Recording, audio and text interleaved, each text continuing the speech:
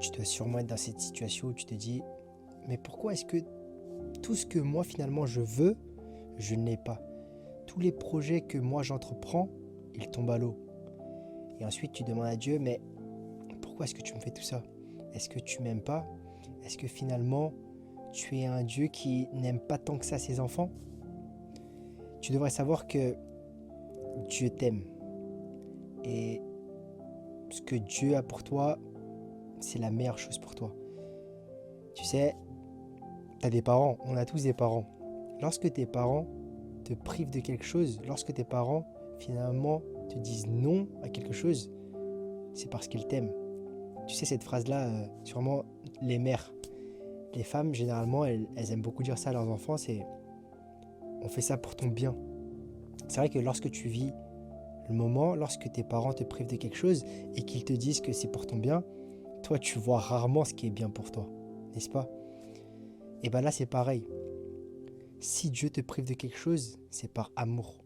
Tes parents, s'ils te privent de manger tous les soirs, tous les dîners, du gâteau, des sucreries, c'est pour ton bien.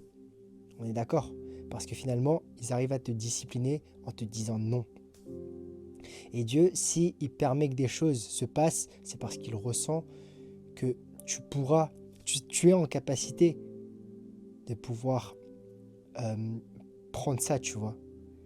Tandis que si il ne te donne pas quelque chose, c'est qu'il sait que c'est pas le moment pour toi. C'est pas encore le bon timing. Tu sais, il aime voir si tu as les épaules pour. Tu sais, sûrement dans l'une de tes prières, tu t'es dit, Dieu, j'ai vraiment besoin de plus de patience. J'ai vraiment besoin que ma vie, j'arrive à pousser des bons fruits, des fruits de l'esprit, donc la patience. Il s'avère que quelques jours plus tard, quelques semaines plus tard, Dieu te met un test tellement dur que tu n'arrives pas à être patient. Et en fait, ce que je te demande, c'est ne prie pas en vain. C'est-à-dire, lorsque tu pries pour la patience, retiens-toi que dans le futur à venir, dans les jours, dans les mois, dans les semaines à venir, tu dois être conscient qu'il y aura une épreuve qui sera là pour que tu puisses gagner de cette patience-là, tu vois. Donc, lorsque tu fais une prière, ça ne sert à rien de multiplier tes mots. Demande quelque chose en particulier et sois attentif, sois sensible.